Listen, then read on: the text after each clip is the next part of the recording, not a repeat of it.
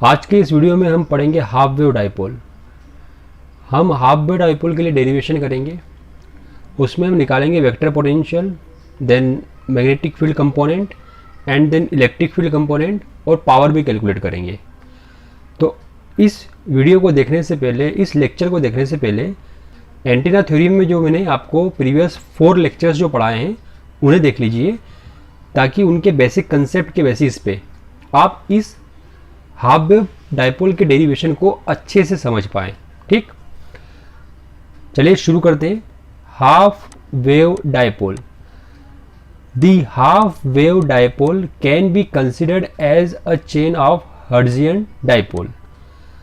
A dipole antenna is a vertical radiator fed in the center. It produces maximum radiation in the plane normal to the axis. इन तीनों point को समझिए। First point क्या बता रहा है यहाँ पर कि हाफ वेव डाइपोल को हम ये एज्यूम कर सकते हैं कि it is made up of chains of Hertzian dipole, और हर्ट्जियन डाइपोल हम पढ़ चुके हैं। ठीक, जो स्मॉल करंट एलिमेंट पढ़ा था हमने वही हमारा हर्ट्जियन डाइपोल था। A dipole antenna is a vertical radiator fed in the centre. ये देखिए, ये जो हमने हाफ वेव डाइपोल एंटीना बनाया ये इसका सेंटर पॉइंट है, तो सप्लाई यहाँ से दिया जाता है। ठीक, so it is called fed in the centre. अब इस फिगर को आप बहुत अच्छे से समझ लीजिए। अगर आप इस फिगर को अच्छे से समझ लेते हैं तो आपको डेरिवेशन में कोई प्रॉब्लम नहीं होगी। ये देखिए, ये है हमारा हाफ वेव डाइपोल। ये सेंटर पे एक कट होता है जहाँ पर हम फीडिंग करते हैं, सप्लाई फीड करवाते हैं, राइट। और ये जो है ये वाला पार्ट ये बता रहा है इस डाइपोल एंटीना, इस हाफ वेव डाइपोल एंटीना का सेंटर। ठीक, अब जो z इक्वल्स टू 0 वाली एक्सिस है वो हमने यहां पर लिखी है। ये डैश वाली लाइन दिख रही है आपको, ये लाइन है z इक्वल्स टू 0 वाली, और इस z इक्वल्स टू 0 लाइन पे हमने क्या प्लेस किया है, एक स्मॉल करंट एलिमेंट कंसिडर किया है। यहां पर हमने उसकी लेंथ कितनी है, dz। अब देखिए आप, ये जो सेंटर वाली लाइन है आपकी, डाइपोल जो है आपका, उसकी जो सेंटर है वो वाली लाइन है ये। तो यहां से ये डिस्टेंस कितनी है, h, और ये डिस्टेंस भी कितनी होगी, h। ठीक, क्योंकि सेंटर के इस तरफ और इस तरफ इक्वल डिस्टेंस रहेगी, इक्वल लेंथ रहेगी। तो ये कैपिटल एच समझ में आ गया आपको। अब देखिए, हमने जो स्मॉल लाइन एलिमेंट कंसिडर किया है dz, वो कंसिडर किया है ये जो सेंटर वाली लाइन है इससे z डिस्टेंस पर। मान लिया हमने कितनी डिस्टेंस है, z। अब हमें जो भी निकालना है, इलेक्ट्रिक फील्ड कंपोनेंट और मैग्नेटिक फील्ड कंपोनेंट, वो निकालना है एक पॉइंट P पर। और ये पॉइंट P कैसा है, ये बहुत दूर है, मान लेते हैं ये इन्फिनिटी पर है। तो जब इस पॉइंट से इसकी डिस्टेंस हम लेते हैं तो ये मान लेते हैं स्मॉल r। इस पॉइंट से जब आप इस पॉइंट P की डिस्टेंस ले रहे हो तो ये मान लेते हैं स्मॉल r। लेकिन जब इस स्मॉल लाइन एलिमेंट से डिस्टेंस लेते हो तो इसको मानेंगे हम कैपिटल R। अब कैपिटल R और स्मॉल r में रिलेशन क्या होगा, r minus z cos theta. ये रिलेशन कैसे आया, यहां से आप परपेंडिकुलर लाइन ड्रॉ करोगे और ये एंगल अगर हमने थीटा कंसिडर किया है तो जब इसका प्रोजेक्शन लेंगे, क्योंकि ये लेंथ कितनी है, z, तो ये वाली जो लेंथ है यहां से लेकर इस पॉइंट तक ये हो जाएंगी z कॉस थीटा। अगर ये पॉइंट इंफिनिटी पर है तो ये वाली लाइन और ये वाली लाइन एक दूसरे के पैरेलल रहेंगी, राइट। तो हम कह सकते हैं कि कैपिटल R की जो वैल्यू है वो स्मॉल r से कितनी कम है, z cos थीटा की वैल्यू के बराबर। तो कैपिटल R कितना होगा, r minus z cos theta. इस फिगर को एक बार फिर से समझिए आप। ये हमारा डाइपोल एंटीना है, ये जो लाइन है ये लाइन बता रही है आपके हाफ वेव डाइपोल का सेंटर। ये हाफ वेव डाइपोल एंटीना है, उसकी सेंटर वाली लाइन है। z इक्वल्स टू 0 वाली जो एक्सिस है वो यहाँ पर है।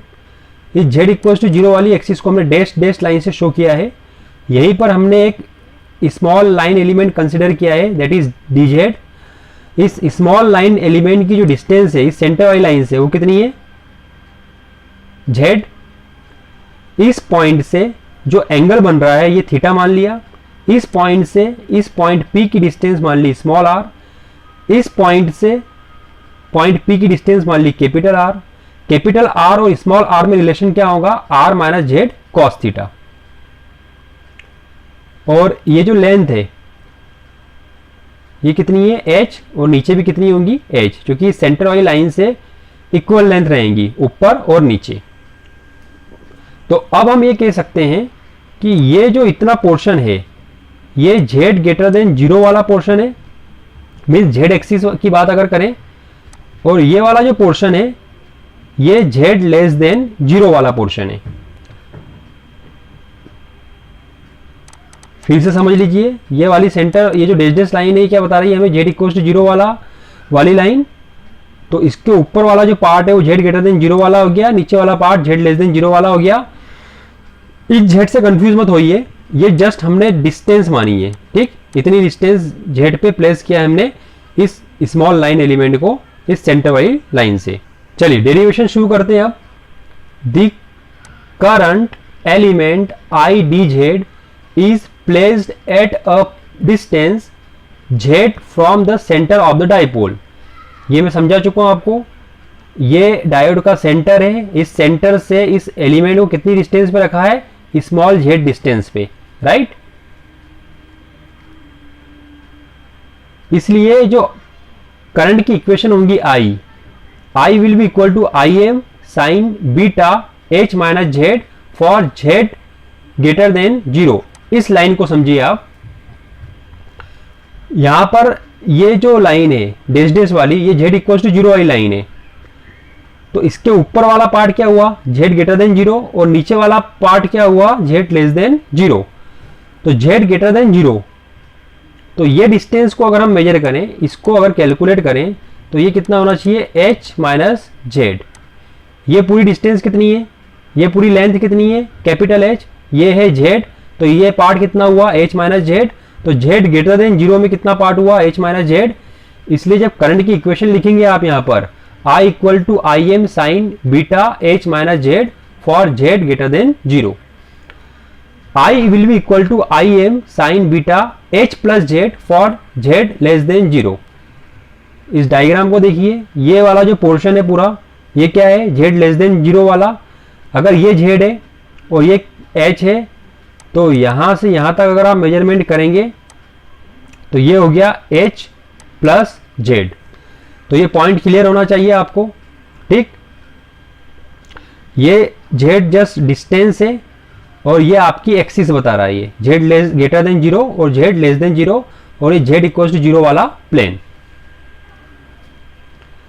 The vector potential at point P due to the current element I dz is given by, हम जानते हैं कि जो वेक्टर पोटेंशियल होता है वो होता है mu I upon 4 pi r e to the power minus j beta r dz। हमारा लाइन एलिमेंट कहां पर प्लेस्ड है, यहां पर, इस पॉइंट से ये जो पॉइंट P है हमारा, ये इन्फिनिटी डिस्टेंस पर है, तो इसकी डिस्टेंस कितनी है, यहां से कैपिटल R के बराबर, इसलिए हमने यहां पर कैपिटल R पुट किया है और यहां पर भी कैपिटल R पुट किया है। क्लियर। अब अगर हमें कंप्लीट डाइपोल के कारण पोटेंशियल अगर निकालना है तो हमें इसे इंटीग्रेट करना पड़ेगा। जब आप LHS RHS में इंटीग्रेशन करेंगे तो यहां बच्चा AZ equal to mu upon 4 pi constant है, तो ये बाहर आ जाएगा, integration I divided by R e to the power minus j beta R dz। इस इक्वेशन में कोई डाउट नहीं होना चाहिए। अब AZ equal to mu upon 4 pi, bracket में क्या होगा, अब हम लिमिट ब्रेक करेंगे। यहां पर अगर हम देखें तो ये जो करंट है I, ये वेरिएबल है, ये वेरी हो रहा है थ्रू आउट द लेंथ, ठीक, ये देखिए थ्रू आउट द डाइपोल। इसलिए हम लिमिट को ब्रेक करेंगे, लिमिट को ब्रेक करेंगे तो कहां से कहां तक लेंगे, माइनस h प्लस जेड से 0, देन 0 से h माइनस जेड।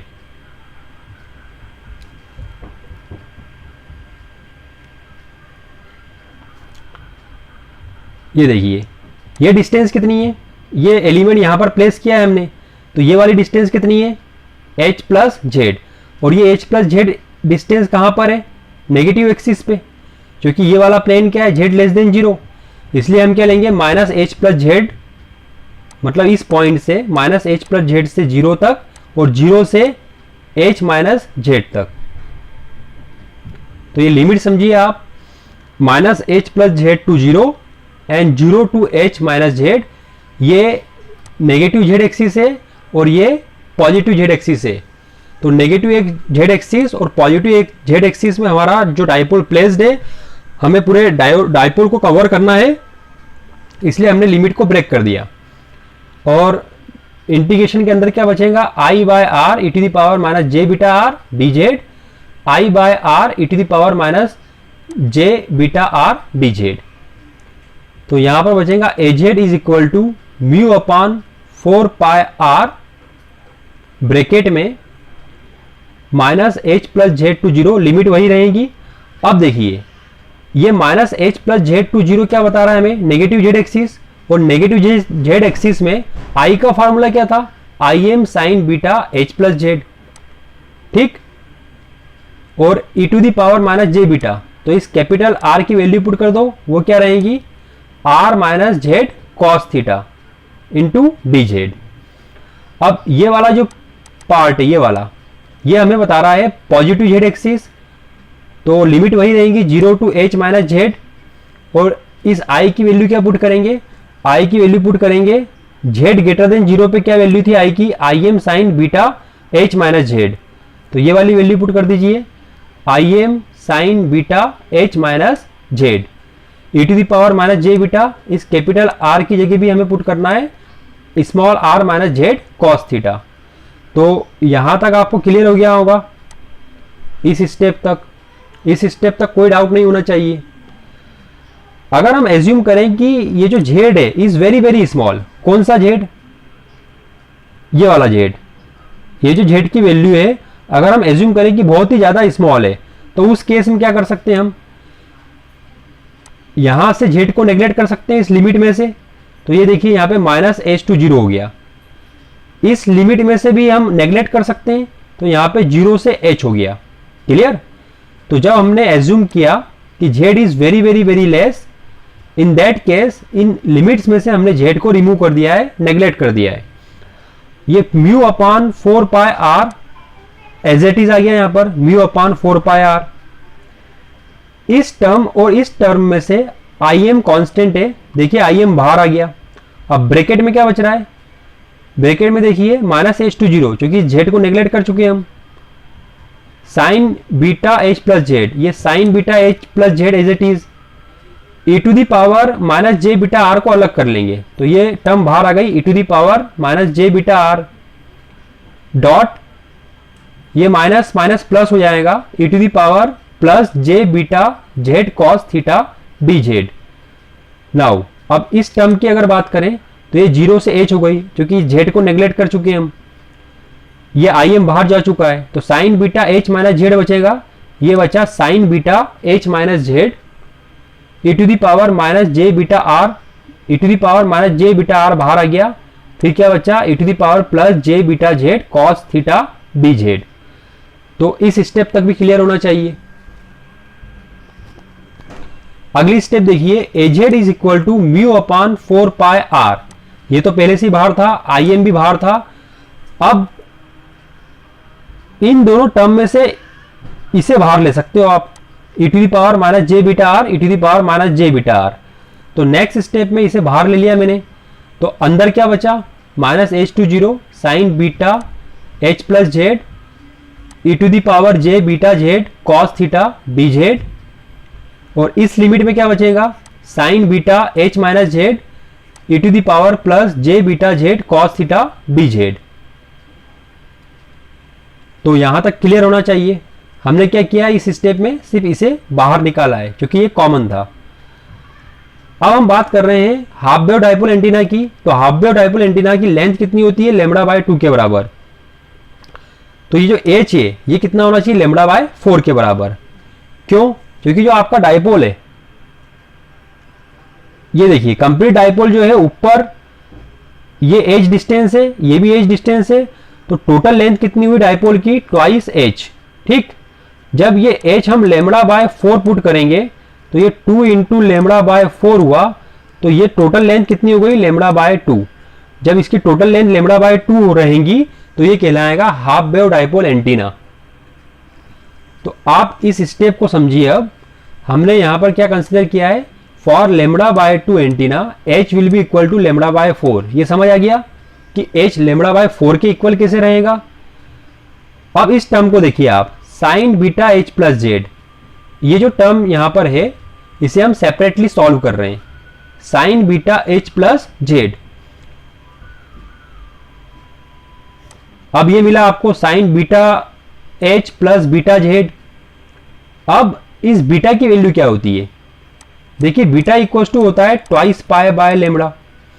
तो बीटा जेड अगर हम, बीटा एच अगर हम निकालें तो ये हो गया twice pi by lambda dot, इस एच की वैल्यू अभी हमने क्या डिसाइड की है, लेमड़ा बाय 4, क्योंकि हाफ वेव डाइपोल एंटीना है।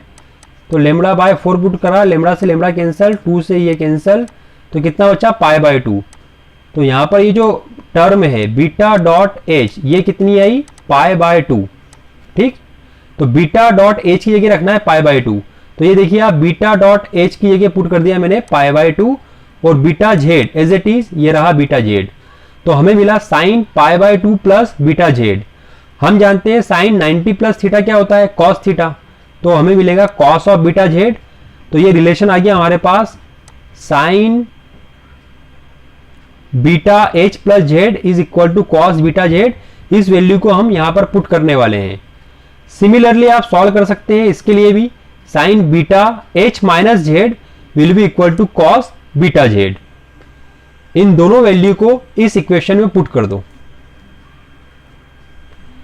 इन दोनों वैल्यू को जब इक्वेशन में पुट करेंगे तो देखिए कांस्टेंट टर्म तो एज इट इज है, ये पूरी टर्म क्या है, कांस्टेंट है जो इंटीग्रेशन के बाहर थी, माइनस एच टू 0। ये देखिए यहां पर मैंने कॉस बीटा जेड पुट कर दिया है, e to the power j beta z cos theta as it is d z. इस इंटीग्रेशन में भी क्या करा हमने, कॉस बीटा जेड पुट कर दिया है, e to the power j beta z cos theta d z as it is. Now एक और कॉन्सेप्ट समझना है आपको कि अगर माइनस एच से 0 लिमिट हो, e to the power j theta और डी थीटा अंदर हो, तो इसको आप चेंज कर सकते हैं, इसकी लिमिट चेंज कर सकते हैं।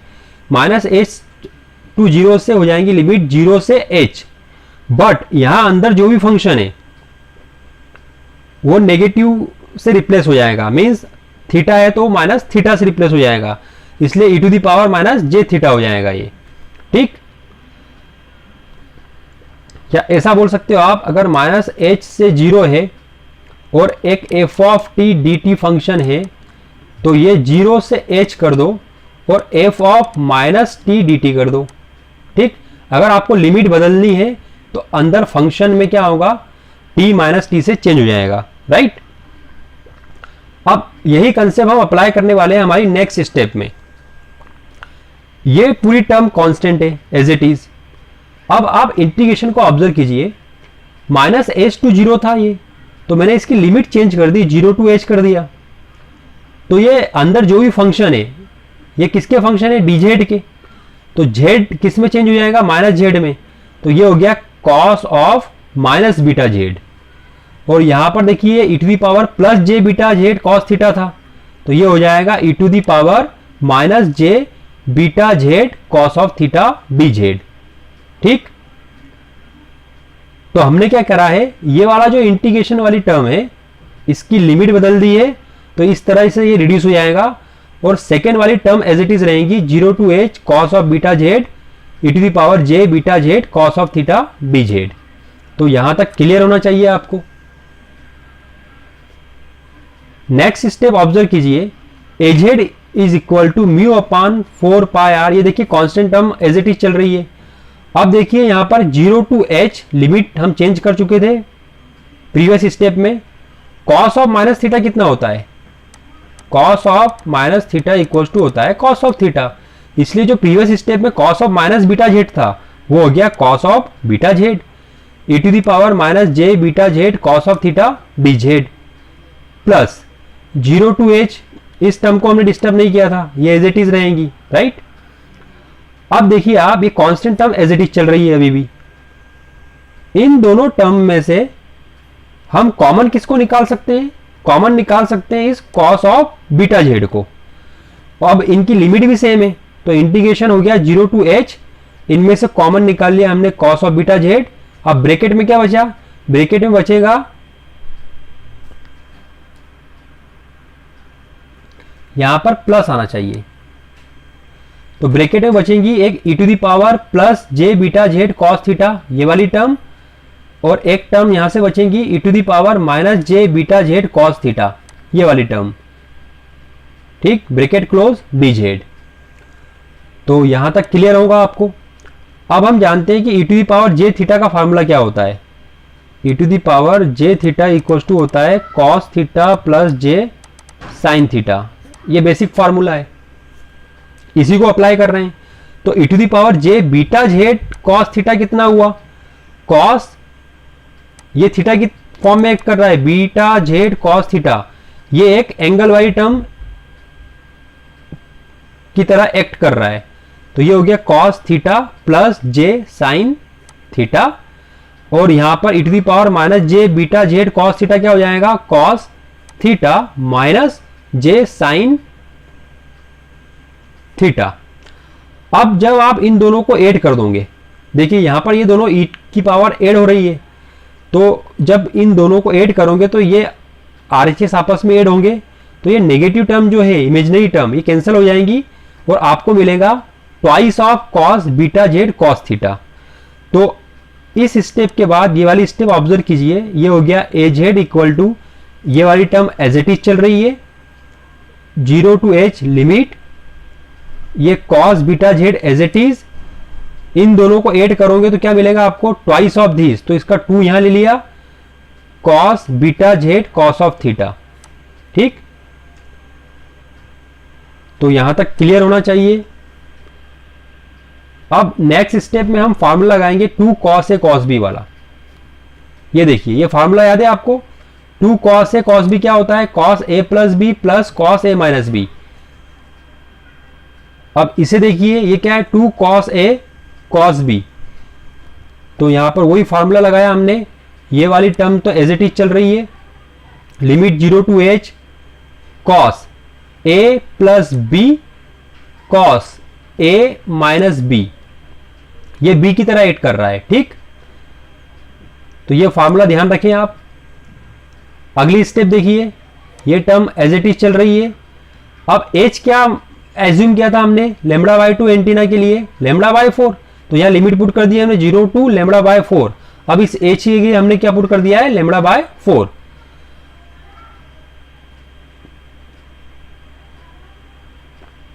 इस टर्म और इस टर्म में से बीटा जेड कॉमन आ जाएगा। इनमें से क्या कॉमन आ रहा है? Beta z. तो ये बचा कॉस बीटा जेड ब्रैकेट में 1 plus cos theta, 1 plus cos theta, plus यहां से भी बीटा जेड कॉमन आ रहा है, तो ये हो जाएगा cos beta Z 1 minus cos theta, ठीक। यहां से बीटा जेड कॉमन निकालेंगे तो ये हो गया 1 माइनस कॉस थीटा। तो ये स्टेप भी क्लियर होनी चाहिए। अगली स्टेप देखिए आप, ए जेड इक्वल टू, ये जो कांस्टेंट टर्म है ये एज इट इज रहेंगी ब्रैकेट में।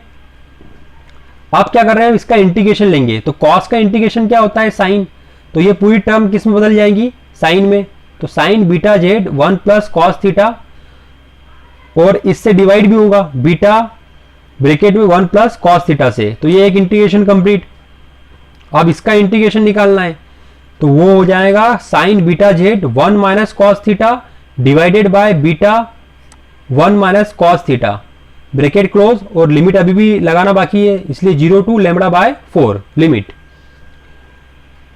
ये टर्म एज इट इज चल रही है। नाउ ब्रैकेट, अब देखिए हमने क्या लिया? एलसीएम ले लिया। एलसीएम में क्या आया? Beta 1 plus cos theta 1 minus cos theta, तो इस पूरी टर्म में मल्टीप्लाई क्या हो जाएगा? 1 माइनस कॉस थीटा। तो ये टर्म पूरी एज इट इज, इसमें 1 माइनस कॉस थीटा मल्टीप्लाई हो गया, प्लस अब ये वाली टर्म एज इट इज रहेगी साइन वाली, साइन एज इट इज और 1 प्लस कॉस थीटा से मल्टीप्लाई हो जाएगा। ठीक, अगली स्टेप देखिए, ये एज इट इज। अब यहां पर आप देखिए ये बीटा जेड जो है, इस बीटा जेड की जगह आ गया पाई बाय 2। कैसे आया? क्योंकि हमने यहां पे लिमिट पुट कर दी है। बीटा जेड की वैल्यू निकालते हैं। देखिए बीटा जेड अगर निकालना है तो बीटा क्या होता है, ट्वाइस पाई बाय लेमड़ा, और जेड क्या होता है, जेड की वैल्यू हो जाएंगी लेमड़ा बाय 4, क्योंकि लिमिट पुट कर दी हमने। लिमिट कैसे पुट करते हैं, upper limit minus lower limit. तो पहले अपर लिमिट पुट कर रहे हैं लेमड़ा बाय 4, तो ये पुट कर दिया, तो ये लेमड़ा से लेमड़ा कैंसल, ये 2 से ये कैंसल, तो पाई बाय 2 बचा। तो आपको समझ आ गया होगा कि बीटा जेड पाई बाय 2 कैसे आया। तो ये हो गया साइन पाई बाय 2। ब्रैकेट में जो टर्म है वो एज इट इज रहेंगी, 1 प्लस कॉस थीटा, ये करली ब्रेसेस जो है ये क्लोज हो गया। बाहर क्या बचा है, 1 minus cos theta as it is, plus यहां पर भी सेम होगा, ये बीटा जेड किस में चेंज हो जाएगा, पाई बाय 2 में, ये 1 minus cos theta as it is. तो ये समझ आ गया होगा आपको, और ये एज इट इज रहेगा 1 प्लस कॉस थीटा। अब डिनोमिनेटर में क्या होगा, a plus b, a minus b का फॉर्मूला लग जाएगा, तो ये हो जाएगा beta 1 minus cos square theta. ठीक, अब लोअर लिमिट जब आप पुट करोगे 0, तो ये दोनों टर्म क्या हो जाएंगे 0, क्योंकि यहां पर एक साइन फंक्शन है और साइन का 0 कितना होता है 0, इसलिए लोअर लिमिट का कोई सिग्निफिकेंस नहीं है यहां पर, सिर्फ इस अपर लिमिट को पुट करा है, उसके कारण हमें ये मिला। तो यहां तक क्लियर होना चाहिए। अगली स्टेप देखते हैं। अगली स्टेप में क्या करेंगे हम, अगली स्टेप में इस पाई बाय 2 को ब्रैकेट के अंदर ले जाएंगे। ये जो ब्रैकेट दिख रहा है आपको 1 प्लस कॉस थीटा, इसमें मल्टीप्लाई कर देंगे पाई बाय 2 को। तो ये सॉल्व करके मैं आपको दिखा देता हूं एक स्टेप। यहां पर देखिए ये इस टर्म को ऑब्जर्व कीजिए आप, sign pi by 2 1 plus cos theta, इसको लिख लेते हैं हम sign pi by 2 plus pi by 2 cos theta. फिर से ध्यान दीजिए, साइन पाई बाय 2, इस पाई बाय 2 को अंदर ले गया तो हो गया पाई by 2 plus pi by 2 cos theta. सिर्फ इसी को सॉल्व कर रहा हूं मैं। ठीक, तो ये हो गया sign pi by 2 plus pi by 2 cos theta. अब ये हो गया 90, ये हो गया थीटा, तो साइन 90 प्लस थीटा क्या होता है, कॉस थीटा, तो cos pi by 2 cos of theta. ठीक, ये थीटा की तरह ऐड कर रहा है, तो साइन 90 प्लस थीटा क्या होता है, कॉस ऑफ थीटा। तो हम साइन को इससे रिप्लेस कर देंगे।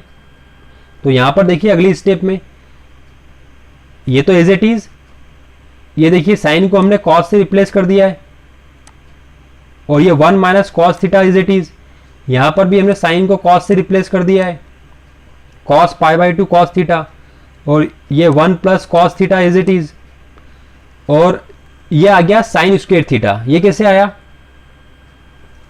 1 माइनस कॉस स्क्वायर थीटा क्या होता है, साइन स्क्वायर थीटा, इसलिए ये आ गया साइन स्क्वायर थीटा।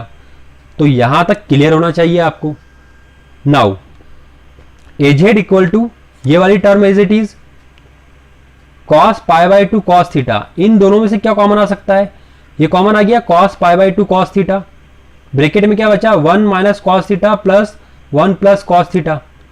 ठीक है, यहां से 1 माइनस कॉस थीटा और यहां से 1 प्लस कॉस थीटा बचा। इस कॉस से ये कॉस कैंसिल हो जाएगा, ये 1 प्लस 1 कितना हो गया 2। ठीक, तो ये हो जाएगा अगली स्टेप में 2 cos pi by 2 cos theta. ठीक, ये एक ही एंगल के अंदर है, पाई बाय 2 कॉस थीटा। ठीक, divided by sine square theta, और ये वाली बाहर वाली टर्म तो एज इट इज रहेगी। इसको थोड़ा और सिंप्लीफाई करते हैं, इस 2 से ये 4 कैंसिल हो जाएगा, तो क्या हो गया, ये 2 बचा। अब यहां पर देखिए आप, कैपिटल आर को मैंने स्मॉल आर पुट कर दिया है। एम्पलीट्यूड के केस में आप कैपिटल आर को नियरली इक्वल ले सकते हैं आर के। क्यों ले सकते हैं, क्योंकि ये आपका डाइपोल एंटीना था। ठीक, ये सेंटर वाली लाइन थी, यहां से डिस्टेंस आर थी, इस डीजेड एलिमेंट से डिस्टेंस कितनी थी आर। अगर पॉइंट इंफिनिटी पर है पी, तो ये दोनों अप्रॉक्सीमेटली इक्वल हो सकते हैं। ठीक, in case of amplitude, but phase के केस में सिचुएशन अलग होंगी। तो R will be nearly equal to small R इसलिए इस कैपिटल आर की जगह फाइनली हमने स्मॉल आर पुट कर दिया है पूरा डेरिवेशन करने के बाद। तो इस 2 से ये 4 कैंसल, तो यहां बचा 2। तो फाइनली आपको मिलेगा AZ equal to mu I M e to the power minus J beta R divided by twice pi beta R cos pi by 2 cos theta divided by sine square theta. तो अभी तक हमने क्या निकाला, अभी हमने वेक्टर पोटेंशियल कैलकुलेट कर लिया है AZ। Now we know that B vector equal to curl of A vector, B is equal to mu H, so mu H equal to curl of A vector. यहां से H vector आएगा, इस mu को नीचे ले जाएंगे तो 1 upon mu curl of A vector. अब अगर हमें इसका फाई कंपोनेंट चाहिए तो ये हो जाएगा कर्ल ऑफ A वेक्टर का फाई कंपोनेंट। यहां तक क्लियर।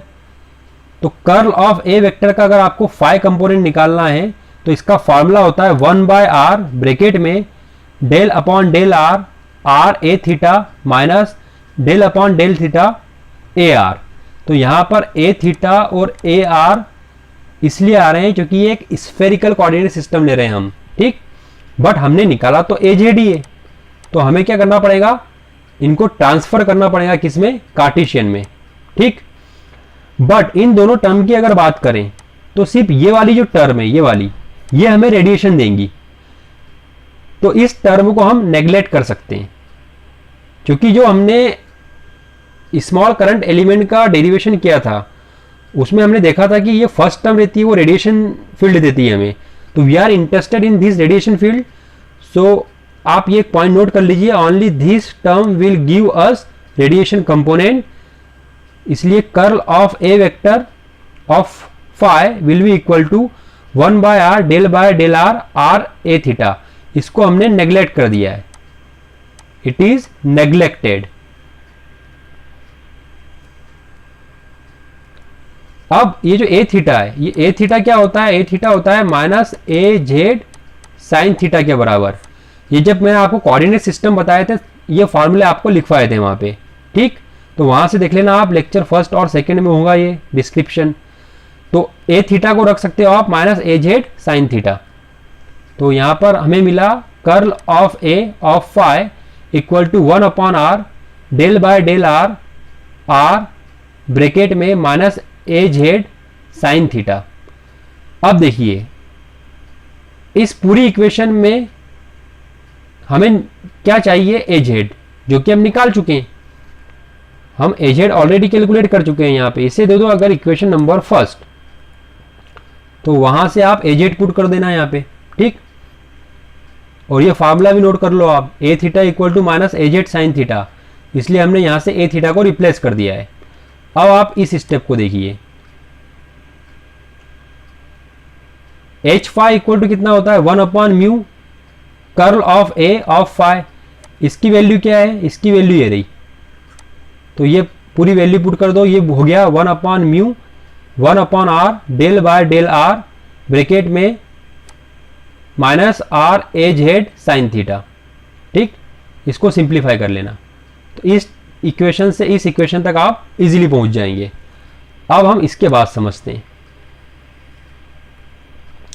यहां पर देखिए क्या किया मैंने, ये 1 upon mu as it is, ये 1 upon mu as it is, ये 1 अपॉन आर बाहर निकाल लेते हैं, ये 1 अपॉन आर बाहर आ गया, del by del R bracket, ये माइनस ऑफ आर, ये माइनस ऑफ आर।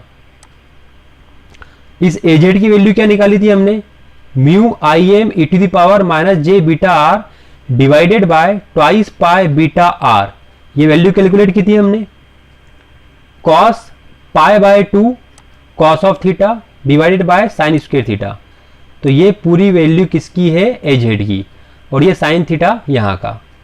अब देखिए आप इस साइन थीटा से ये एक साइन थीटा कैंसल, इस R से ये R कैंसल, इस म्यू से ये म्यू कैंसल। अब क्या बचेगा हमारे पास, ये माइनस साइन बाहर आ गया, ये रहा माइनस, ये आई एम बाहर आ जाएगा, ये आई एम बाहर आ गया, ये ट्वाइस पाई बीटा बाहर आएगा, ट्वाइस पाई बीटा बाहर आ गया, ये 1 अपॉन आर बाहर था, ये 1 upon R as it is बाहर है। अब देखिए ये डिफरेंशिएशन जो है, पार्शियल डिफरेंशिएशन किसके रिस्पेक्ट में हो रहा है, आर के। इसलिए थीटा वाली टर्म किसकी तरह बिहेव करेंगी, कांस्टेंट की। इसलिए ये जो पूरी टर्म है इसको बाहर कर लेते हैं। ये हो गया cos pi by 2 cos theta divided by sine theta. तो ये वाली टर्म पूरी बाहर आ गई। अब डेल बाय डेल आर के अंदर क्या बचा, e to the power minus J beta R. तो ये हो गया e to the power minus J beta R. तो यहां तक समझ आ गया होगा आपको। अब देखिए एच फाई हो गया minus I M divided by twice pi beta into R cos pi by 2 cos theta divided by sine theta. तो ये तो एज इट इज चलेगा। इसका डिफ्रेंशिएशन करेंगे आप तो ये हो जाएगा e to the power minus J beta R और माइनस जे बीटा बाहर आ जाएगा। ठीक, ये माइनस माइनस क्या हो जाएंगे, प्लस। तो आपको एच फाई कंपोनेंट ये मिलेगा J I M e to the power minus J beta R divided by twice pi R into this. अब अगर हमें इसका मॉड चाहिए तो जब मॉड लेंगे हम इसका तो ये e टू दी पावर वाली टर्म रिमूव हो जाएंगी क्योंकि ये फेज बताती है और ये j भी हट जाएगा। तो हमें मिलेगा इसका mod I M divided by twice pi are bracket में cos pi by 2 cos theta divided by sine theta. तो ये निकाल लिया हमने एच फील्ड का फाई कंपोनेंट कैलकुलेट कर लिया। हम जानते हैं फ्री स्पेस के लिए E theta upon H phi equal to eta naught. Eta is what, intrinsic impedance, और ये किसके बराबर होता है फ्री स्पेस के लिए, 120 पाई। तो यहां से ई थीटा आप क्या निकाल लेंगे, 120 पाई में मल्टीप्लाई कर दो एच फाई का। ये एच फाई की पूरी वैल्यू पुट कर दी मैंने यहाँ पर। जब इनको मल्टीप्लाई करेंगे, सॉल्व करेंगे, तो जो मॉड ऑफ ई थीटा है वो मिलेगा 60 divided by R into I M cos pi by 2 cos theta divided by sine theta. तो यहां पर हमने ये डेरिवेशन कंप्लीट कर लिया है।